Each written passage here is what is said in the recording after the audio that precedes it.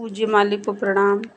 बाबूजी लिखते हैं कि मैंने सब कुछ विस्तार से बता दिया, फिर भी मेरे भाई लोग यही समझते हैं कि किसी व्यक्ति की आध्यात्मिक हालत मेरे द्वारा किया गया चमत्कार है। जरा सोचिए, मुझ में चमत्कार करने की शक्ति होती तो सभी अभ्यासी उच्च आध्यात्मिक अवस्थाओं को प्राप्त कर चुके होते। हकीकत में अभ्यासी का लगाव, गहन रुचि एवं प्रेम ही चमत्कार कर सकता है।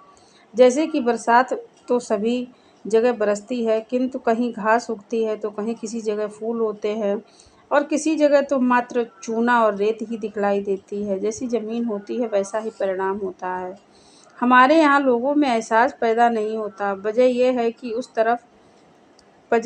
उस तरफ अपने आप को लगाते ही नहीं। दुनियादारी के मामले में वह संवेदनशील मिलेंगे, रुपया पैदा करने में बहुत ही अकल खुली मिलेगी। बात यह है कि उस तरफ उनकी लगन है, इसीलिए बारीकियां समझ में आती हैं, और इस तरफ लगन का पता ही कहाँ। अगर कुछ मेहरबानी की तो सत्संग के वक्त संलग्न हो गए, बाकी दिन फिर कोई ताल्लुकात नहीं रखा और ना ही यह परवाह की कि वह बातें जीवन में उतारें जो ब्रह्मा विद्या में मददगार हो और वह छोड़ें जो बाधक हो रही हों।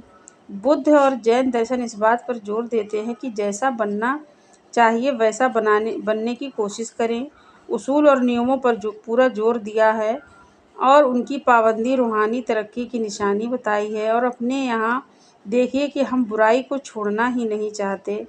बात क्या है कि ध्येय प्राप्ति की तड़प ही नहीं, वरना सब कुछ न्यौछावर करके लग जाते। तबीयत का झुकाव जिस तरफ हो गया, वहाँ की बातों का एहसास होने लगता है और एकाग्रता बढ़ती है। जब एकाग्रता बढ़ती है तो संतुलन आता है। जहाँ यह चीज़ पैदा हुई कि हालत का एहसास शुरू हो गया, मगर भाई इस तकलीफ़ में पड़े कौन। ऐसी हस्तियाँ खास ही खास पैदा होती हैं जो मर मिटने के लिए तैयार हों, और भाई उन्हीं पर हकीकत बेनकाब होती है। भाई ये शौक़, तड़प, प्रेम, कमाल, पूर्णता, काबिलियत पर पहुँचा देते हैं। हमारे यहाँ सबके सब अभ्यासियों पर हालत ज़रूर गुजरती है, पर लगाव न होने की वजह से एहसास नहीं होता, जिसकी शिकायत वो मुझे करते हैं। मगर जब किसी से कहता हूँ कि मुशाहदा और एहसास की ताकत को बढ़ाओ, तो वह कह देते